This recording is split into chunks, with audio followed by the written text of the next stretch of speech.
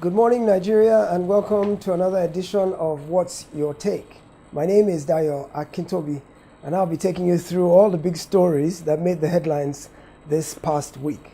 Well, as you know, this is a very big week. This is election week. This Saturday, all things being equal, Nigeria will hold its presidential election for 2023. Now, with 6 days to go, there's still so much turmoil across the country, especially as occasioned by the issue of Naira scarcity.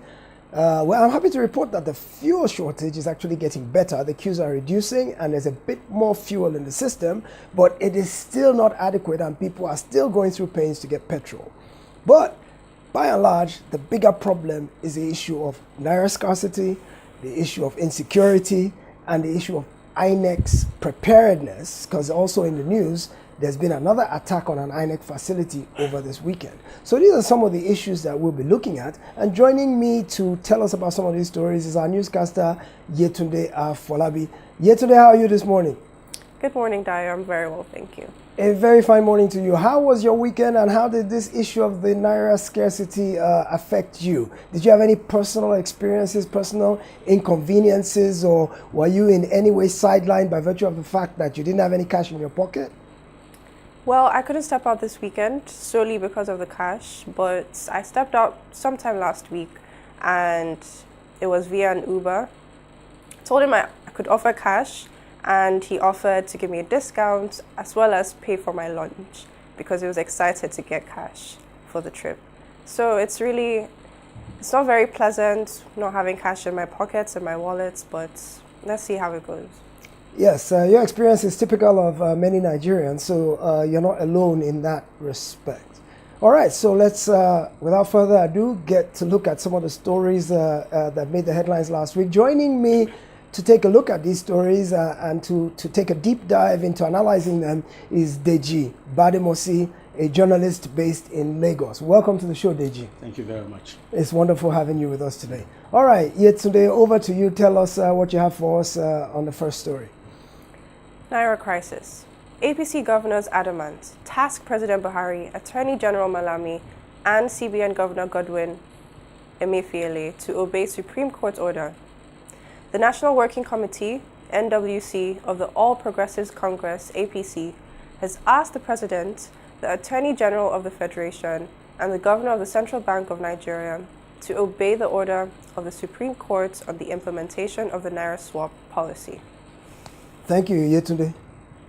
This seems unprecedented in the annals of Nigerian political history, that APC governors within the same party, will be going up against the leader of their party, the president, on a policy that they don't agree with. Usually you will find that governors toe the line and just fall in line with whatever the president says. Is this the first time this has ever happened? And what are the implications of El Rufai, Ganduje, and some of, even the chairman of the APC stood up yesterday at the end of the NWC meeting to say that they align with the Supreme Court's decision that the status quo should be maintained and the old notes should be allowed to continue to circulate until the Supreme Court makes a ruling on the matter. How do you see this? What's your take on this, Deji? Well, of course, quite a number of people are actually surprised that the APC governors will be going against the president, who is, of course, the leader of their party. But I think this is very good for democracy, if you ask me. This is one policy that affects the entire country, affects the common man. It affects everybody. So, and it's a policy that, whether we like it or not, is not popular. People are not really against the policy per se, but the implementation. So everyone is affected. These governors are representatives of the people. But do you think the governors are fighting for the people or fighting for themselves? Well, it's neither here nor there. It's neither here nor there. And I think the governors may be fighting for themselves, but they're also fighting for the people as well. Because you can imagine the number of calls they would be getting from their constituents. Imagine the number of calls they'll be getting from their family members, their relatives, and everybody. Look, it really doesn't matter whether they are fighting for themselves or fighting for the people. The most important thing is, what exactly are they fighting for? What they are fighting for, would it be for the benefit of all? And the answer is yes. So I can understand. I mean, no doubt at all. One of the reasons, of course, you would say, politically speaking now, one of the reasons why the APC governors, of course, will be fighting against this is because, look, this is an election period. And whether you like it or not, their party is a party in power. This has not gone down well with the people of this country. So supposing the people of this country decide to take it out on their party. So what they are trying to do is to, probably politically speaking now, to say, look, yes, it is true we're the party in power, but the truth is that, look, this is not our own making at all. We are not in support of this, and that is the reason why we're even rising up against our own president to say, no, we can't accept this. So for the first time, you have governors who belong to the same party as the president lining up against the president and saying, look, you know what, the Supreme Court has to be obeyed. And fortunately for them, they have the law on their side. So what they are now trying to do is, to possibly force the government now to obey constitutional order, to obey the Supreme Court, to obey the law, to toe the line of legality. But Deji, there's a school of thought. I'm not a lawyer, I'm not sure you are either. But there's a school of thought, having listened to public opinion, especially from lawyers in the last several days. There's one school of thought that says that since the CBN was not joined in the lawsuit, and also the CBN being an independent agency, that it's vested with the authority to do whatever it wants with the currency. Now, let me ask you one thing there. Yes, ask. Who has been making pronouncements all this while?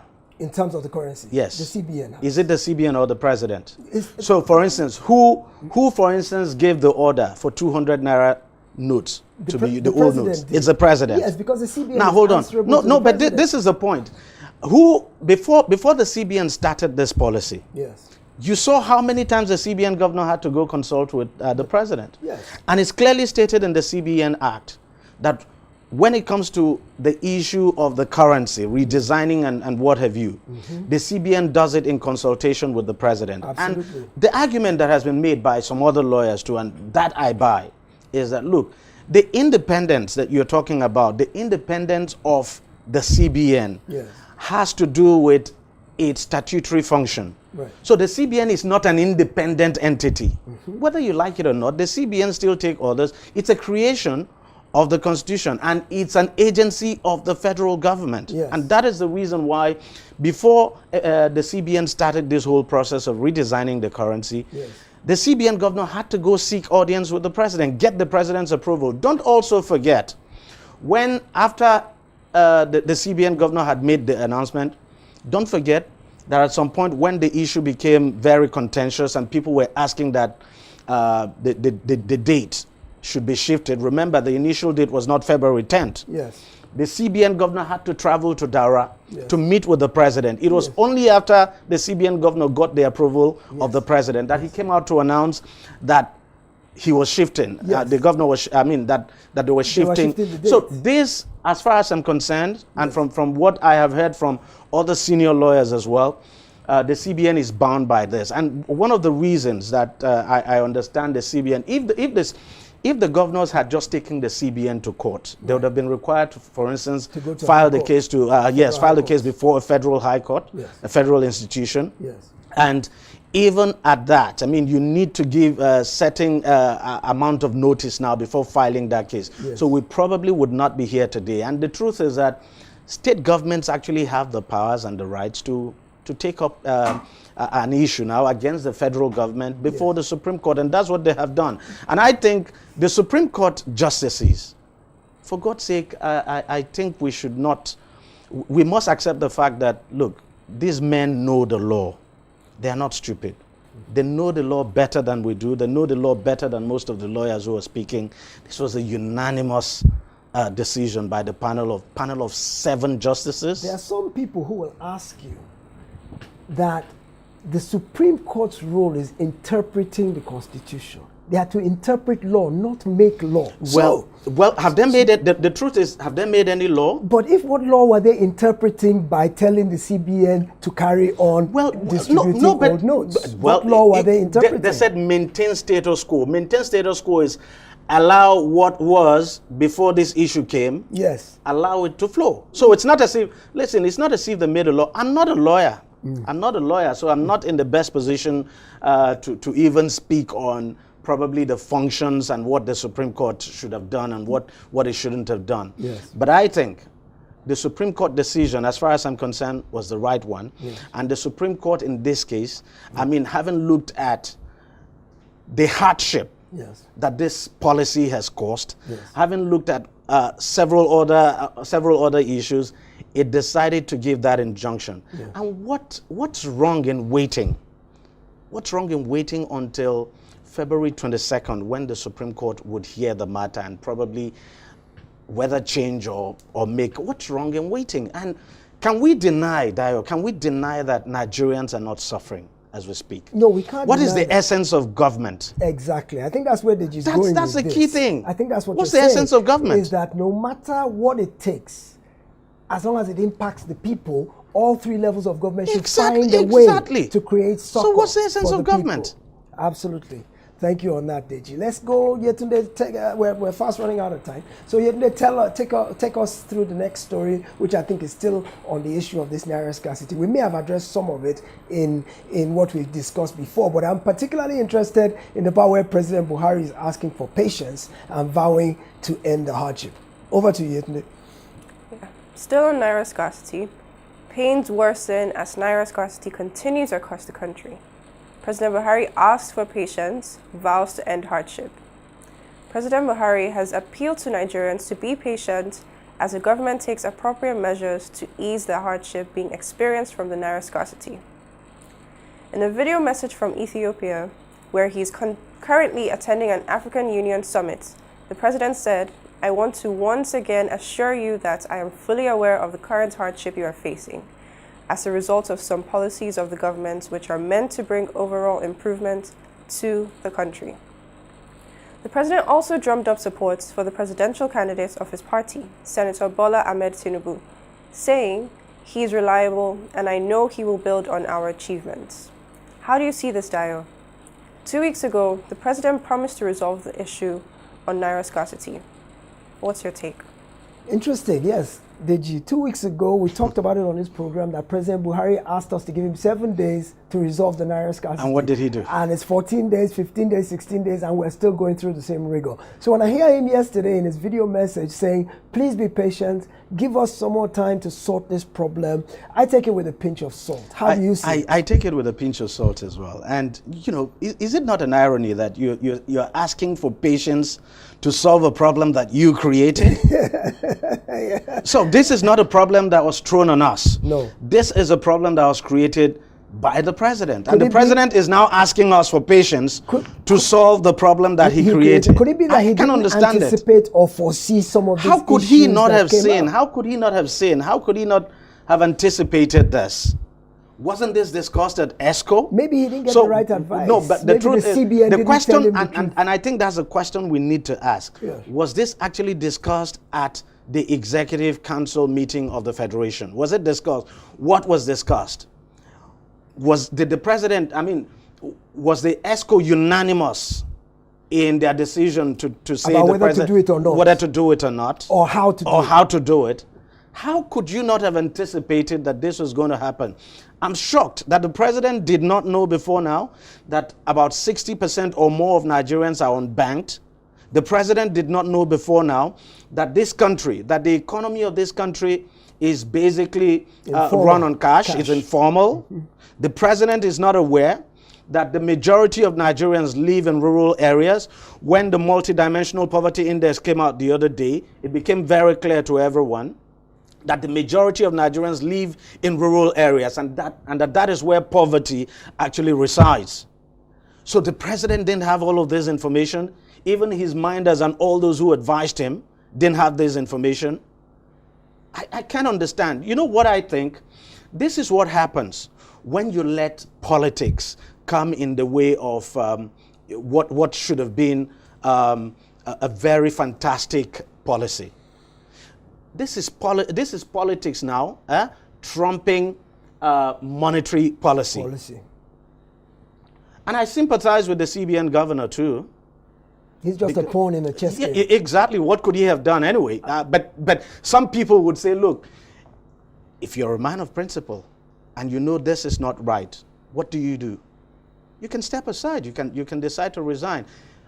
Dayo, what is the state of our economy even before this policy was rolled out? Gasping for air on life support. Honestly, and what is happening now? It's been destroyed. Yes. And you know, the irony of it all, nobody is putting a cost to this. Nobody is putting a cost now to the disruptions caused by this policy. The devastation, yes. It's a must. Go to local markets. Monumental. Try. Yes. Empty. Yes, indeed. Everywhere. I can't understand it. So when the president asks for patience to resolve this problem, yes, you get the impression it's a problem that was just thrust on us. Yes. He created the problem. Yes. He knows the solution. Yes. He should just do it. But he do you think ostensibly his reason for doing this is to sanitize politics? He wants to take cash out of the hands of those who could use cash to influence the elections. Is there a price, assuming you're looking in the long term and saying that is a good goal for Nigeria, if we take cash out of politics and we allow elections to be free and fair and the will of the people to prevail without the influence of money? So is there a price that is too high to pay to get to that point? Now let's face the issue of this, the issue of vote buying. The question you want to ask is this how to fight vote buying? Is this the best way to fight vote buying? Do you punish everybody just because you want to deal with just a select few? How? Vote buying, is it a new thing in Nigeria? In Nigerian politics? Is it a new thing in politics across Africa? Do you address it in just 2 or 3 months? The answer is no. Not in 2 or 3 You can't even eliminate it. No. And then I think it is wrong to give off the impression that elections in this country, that the outcome of elections are determined by money. I disagree. I have covered elections in this country for a long time. For a long time. I've covered several elections. But you must admit that money plays a role. Yes, no doubt. Money plays a role everywhere. There's no doubt at all. Money plays a role. But we cannot say money actually determines the outcome of elections in this country. Because when we say that, how many votes can you buy? And then you are saying that Nigerians are incapable of choosing their leaders. They don't have a mind of their own. Yes, that they don't have a mind of their own. That the moment you dangle money at them, nothing matters. That is not true. At least the not president for the majority. was elected. Now, the president was elected in 2015. Yes. He defeated an incumbent. Yes. Was it money that bought him the election? Not at all. There was money influence, probably, yeah, but yes, there was money. A new government. That's what I'm saying. So that's the point. Was it money that also bought him re-election in 2019? No, people was were happy it money with the that job bought he was Jonathan the election of the election in 2011? So let's just. I think we're sending a wrong message to the world. Okay. We're telling the world that, look, you know what? Something about Nigerians. Nigerians, without money, Nigerians do not think straight. Without money, they cannot make the right decision. Nothing could be further from the truth than that. That's what we're doing. And you know the irony of it all? What we're doing now, will not stop vote buying.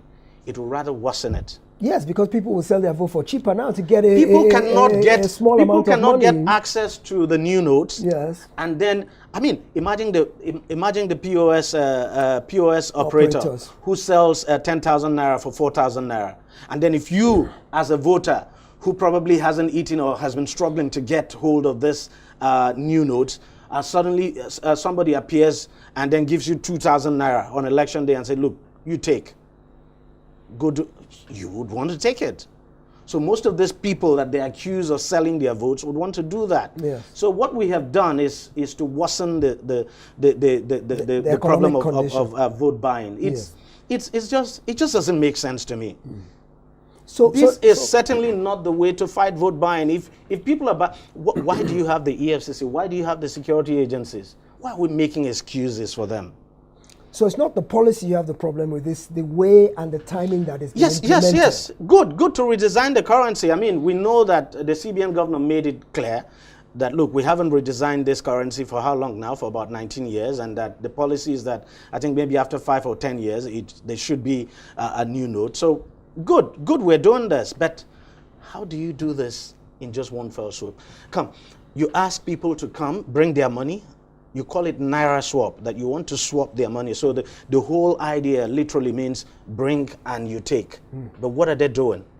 They've just taken people's money. They've not given them anything. And you know what? Why we have this problem now? Because nobody is depositing anything. No. Everybody is withdrawing. Everybody wants to take out. Yes, because so we've all paid in what we have exactly. and So kept it. how could you not have envisaged this kind of problem? And going back to what you're saying, we have some video that shows some of the skirmishes because Nigerians have really had it up to here. Coming to this place today, Yes. around town, Yes. across Lagos, Yes. just what I saw, Yes. in front of banks. Yes. My God. We're going to roll some video now and show some Sometimes of the experiences. it reminds me of Zimbabwe of those days. With 1 million naira yes, notes. exactly, and when the sanction really beat Yes. harder. Yes. All right, let's watch some video of what some Nigerians went through in the last few days, trying to get some Naira notes and trying to express themselves, express their pain, their anguish, and the difficulty that they've had dealing with this policy. We now want new money, oh! We now want new money, oh! We now want new money, oh! May they give us our own money back, oh! Both Amagege, Okowa, all of them have been wish. Sinubu. Hello, my people. You can see in Enugu, the whole keke and the bus drivers park and block the highway, refusing anybody to park. Why? Because ATM is charging too much, fuel is charging too much. This is Abba Road, as you can see. Keke people block everywhere. And saying that they should reduce the price of fuel, or else they will shut down everywhere. You can see, Sixth Avenue is blocked. People are blocking everywhere. You can see the filling station where it's 450 in Enugu and everybody is protesting about it. You can see everybody. Look at people, look at Keke, look at buses everywhere.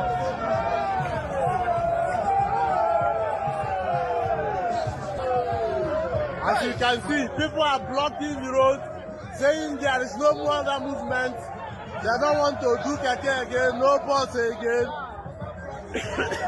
Protests have started.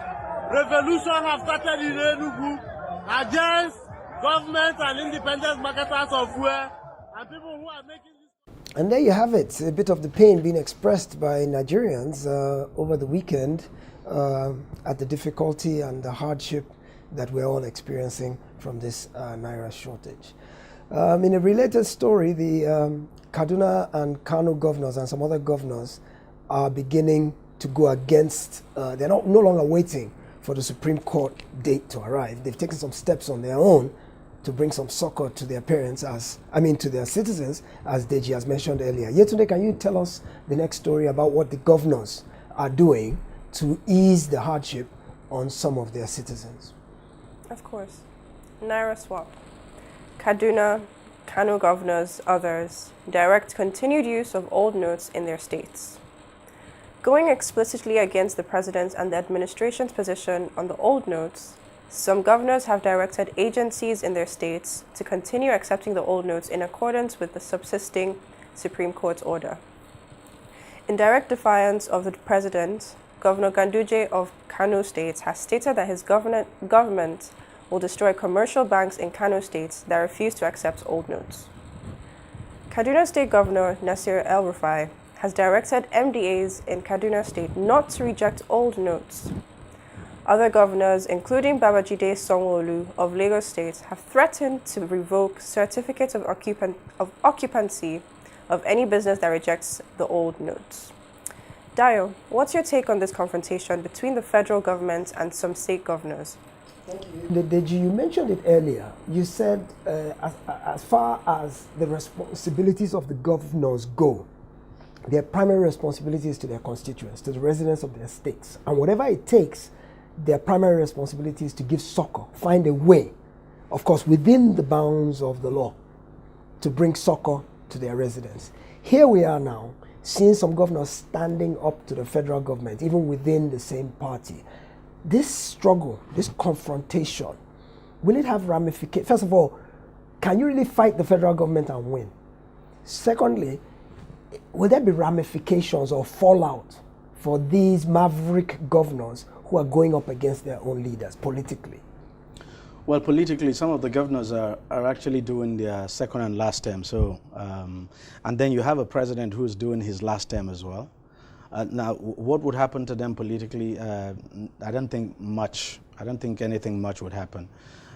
You see, it's a complicated situation. On the one hand, you would say, well, the governors ought to have shown some kind of respect for the president's pronouncement or what have you. But on the other hand, too, you also ask yourself, what about the president who made this pronouncement extrajudicially? You know, because whether you like it or not, in the face of the law, the president clearly overrules the Supreme Court, and that's clearly out of order. That's illegal, so to speak. So the president actually created this situation. Yes. This would not have happened if the president had towed the line of legality in this situation. Yes. So This would definitely not have happened. But then a governor now given directive to his to citizens of his state to continue to use the old currency. Of course, they are right. I mean, by law they are right, because that's actually that's, as far as we're concerned, that's the law of the country to do. Isn't that leading them down a pitfall, well, because if they collect that money, suppose the CBN refuses to take it from them, can Governor El Rufai make that money spendable? That is where the challenge is. That is where the challenge is. You know, that's where the challenge is, and that's why I said this is somewhat complicated. But this should not have happened. No, it shouldn't, but it has. It should not have happened in the first place, yes. They will look for a way to resolve this. Okay. And I think what the governors are doing is just to send a strong message to the president that, look, Mr. President, what you did is wrong. You don't act outside of the law in this case, especially when you consider the fact that this is a sensitive case that affects everyone. And I think the governors are also, by their action, trying to send a message to their citizens as well, to say, look, we're not part of this. We want you to know that we're not part of this. Okay. So you could also say it's political as well. I see. But I still go back to the fact that we should not have been where we are today. Absolutely. So the president has asked for patience. Let's see how he resolves this within the next few hours. So he asked for patience the other time. Yes. Nothing came out. Happened. So the patience is asking for when. When is he going to address the problem? Yes. We have elections coming up in a few days' time. And Dio, look, this whole Naira thing has overshadowed the election. We can't deny that. Absolutely. And if this continues, it will impact the election negatively. It will impact the outcome. Even as we speak today, it's going to impact the election negatively. It might even get worse if nothing is done between now and the election day. Yes. So at the end of the day, what I'm hearing coming from you is that a governor's primary responsibility is to his constituents before his president or his party leader. They swore an oath anyway. Yes, they did. Indeed. Thank you. Yetunde, what do you have next? Bishop Kukah, Buhari, Jonathan, others became president unprepared. Over to you, Dio. Interesting. Bishop Kukah is saying that President Buhari, President Jonathan, even President Obasanjo, who came out of prison, what he's trying to say is that part of the problems we have in this country today came from the fact that our leaders were unprepared for office. He gave the example of President Obasanjo, who he said came out of prison. He gave the example of President Jonathan, who was an accidental president who never really planned for it. But I would beg to disagree with him about President Buhari, though, because President Buhari ran for office 4 or 5 times before he eventually got in. In fact, I disagree. I think that was plenty enough time for him to have prepared. In fact, I disagree completely with him. I don't think they came. Obasanjo did not come into office unprepared. He had even been president, head of state before. But under a military regime. Under a military regime. It's a different ball of wax to prepare as a democratic president. Accepted, but we were also just returning to democracy anyway. So it was new for everybody. So it was new for everybody. Right. Jonathan had been vice president. Right. Before he became president. Okay, let me ask you this. So what kind of preparation? If you are prepared, why should it take you 3 or 6 months to get your cabinet? Well, your cabinet, in America, the cabinet is announced the same week of inauguration. Yes, exactly. Why does it take you, if you are prepared, it's 6 months to know who you want to put in what position? You know why? It's because of the stupid politics we play here. It's because of the stupid politics we play.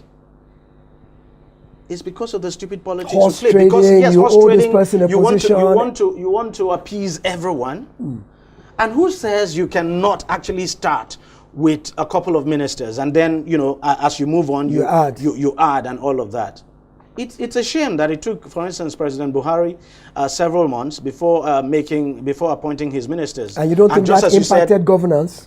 Well, whether it impacted governance, it's neither here nor there. If you ask me, it's neither here nor there, because I think at some point you would expect that the lost ground would have been covered. Right. But the challenge is that when you allow politics to cloud your sense of judgment, it takes time for you to take certain decisions. And that's what we're seeing. That's what we're even seeing with the Naira policy. So you have a president who said, for instance, give me 7 days and I'll resolve this. And he was unprepared to resolve it in 7 days. Even after more than a week, down, yes. you understand. And now he's asking. So I don't think they were unprepared. I think they probably got in, and some of them got overwhelmed by the job, and because President Jonathan was prepared. So how do you he had been schooled. He had been vice president for how many years before he became president? What is the state of preparedness of the 4 front runners for this Saturday? Will we have the same issue after this election? The 4 front runners, whichever one of them wins, do you think they will be coming into office prepared? You listen to them. You've heard them. You've heard everything they've said, in the campaign trail. I mean, you hear them saying, I'll do this, I'll do that, I'll hit the ground running and all of that. They all say that. Yes, they all said that. President Buhari said that. Jonathan said that. So that's it. I mean, these are just political rhetoric. So we just have to wait and see. The good thing is that the front runners are all experienced politicians. They've held executive positions at one time or the other. You have a former vice president. You can't tell me he's not prepared. You have a former governor, 2 former governors. You can't tell me they're not. 3 former governors. And if you go to Kwankwaso, a former governor, a former minister. Yes. So how prepared can you be actually? How prepared? That you don't understand what the problems are? Look at their manifestos. You look at their manifestos, you look at all the items they've highlighted in their manifestos. I mean, it gives you the impression they are prepared and that they know what to do. But when they come into office... That's what I was going to say. Let me play devil's advocate. So if they are that prepared, then why do we have problems? Why are we at this level of difficulty in the country if all our leaders came prepared? Why are we in a state of arrested development and just complete morass in terms of where we are? Well, that's a difficult question to answer. All right, we're fast running out of time. We'll look forward to Saturday coming and see how that plays out. Over to you, Yetunde. What do you have for us? Well, I think we have one more story to cover. 5 days to elections. Insecurity, credibility fears may affect voter turnout. What's your take on the insecurity raging across the country, Dio? Will it mar these elections? Interesting. Well, INEC says it's prepared, but every other day there's a story about another INEC office being bombed or attacked and election materials being burnt. Of course, there's the issue of the riots and the protests from the Naira scarcity. There's insecurity in the east. They're burning INEC offices. In the north, there's banditry and various security problems. Despite INEC's reassurance, the concern is that people may stay away because of concerns about violence. I mean, in Lagos, we don't have a security problem, but we have thuggery problems. We have miscreant problems. We have area boy issues who look for every opportunity to hijack the process. Voter turnout has generally been low right from the time we came back to I don't think we've ever had 50% of registered voters I think we've turning had. up. We've had. But by and large, the numbers don't represent a majority of the registered voters. How will the problem, the turmoil we're going through in the country now, what impact do you think it'll have in terms of voter turnout and the credibility of these elections come Saturday? It definitely would have. And that's the reason why I wished we didn't have this Naira crisis as well. because that has worsened the situation. It definitely would have. And let me say something about INEC's preparedness now. You remember in 2015, INEC told us it was prepared, everything was ready, but what happened? The election got postponed. We had a similar situation in 2019. I have my fears. I have my fears when INEC says it is prepared. For instance, you remember a couple of days ago, the INEC chairman went to visit the central bank governor to also complain about the Naira policy, and the central bank governor gave the assurance that he would have cash. But I know as at few days ago, probably 2 or 3 days ago, sources from INEC said, look, the cash has not been released yet. And they also have that fear that, you know, things might go wrong, even though the INEC chairman has come out to say, well, you know, what we're asking for in terms of cash is not so much, so we believe the CBN will definitely do it and all of that. But that's just speaking of, you know, officially now. But because without cash, they really can't run their logistics. Yes, exactly. They can't do they can't. So that's a problem. We just have to wait until election day to really tell if INEC was prepared all this while, because you know the usual logistics nightmare on election day that INEC encounters and all of that.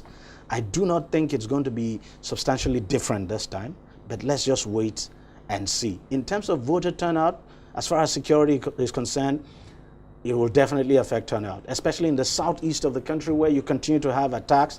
The guys who are attacking INEC facilities and attacking police stations are doing so deliberately. What is their aim? Yes, they are sending fear to the people. Why? Just create that atmosphere of, well, you know what, this separatist group, I wouldn't want to mention the name now, yes, but the separatist group, you're aware, issued yes, a statement not quite long ago, yes, that elections would not take place in the southeast of the country. In fact, they declared the election day as a seat at home. Yes. So, and what they are trying to do now is to enforce it. Whether you like it or not, that's what they are trying to do. They're trying to send fear to the people so that on election day they would not come out. Well, some people would definitely come out, but I don't think the numbers would be that high. Our security forces, are they not able? They are able to, but we're talking about a national election. This is not an off-cycle election, so it's not an election that involves just 1 or 2 states. How many policemen do we have in this country? The IG said 400,000 security agents, joint security would be deployed. But, you know, do we even have that figure? Even if we do, divide it by 36. Exactly, divide by 36. How many do you have? In each state, let alone each community, each ward, each polling booth. That's what we're talking about. We're talking about hundreds of thousands of polling units. Yes. It's going to be a challenge. Yes. Even if we had up to 1 million security men deployed for this election, it's still going to be a challenge. So obviously it will impact it will impact turnout, but by and large, election will definitely take place. And a winner will be declared. A winner will be declared. And life will go on in Nigeria. Yeah, of course. And it's always been like that anyway. It's always been like that. Most of us thought 2015 was not going to happen. It happened. Yes. Yeah, at some point we thought 2007 was not going to happen. It happened. 2011 too. So you always have these. The only challenge, as I said, the only challenge I have at this time is this Naira redesign policy. Yes. I think it's made the whole thing look very, Thank you very much, Deji. This has been a very robust and interesting engagement. Thanks. We thank you for joining us today on What's Your Take. Thank you, Yetunde Afolabi. My name is Dayo Akintobi. As you know, Saturday is the election. Those of us who have PVCs, let's come out, let's do our civic duty, and let's build the Nigeria of our dreams. Thank you for being with us. See you next time.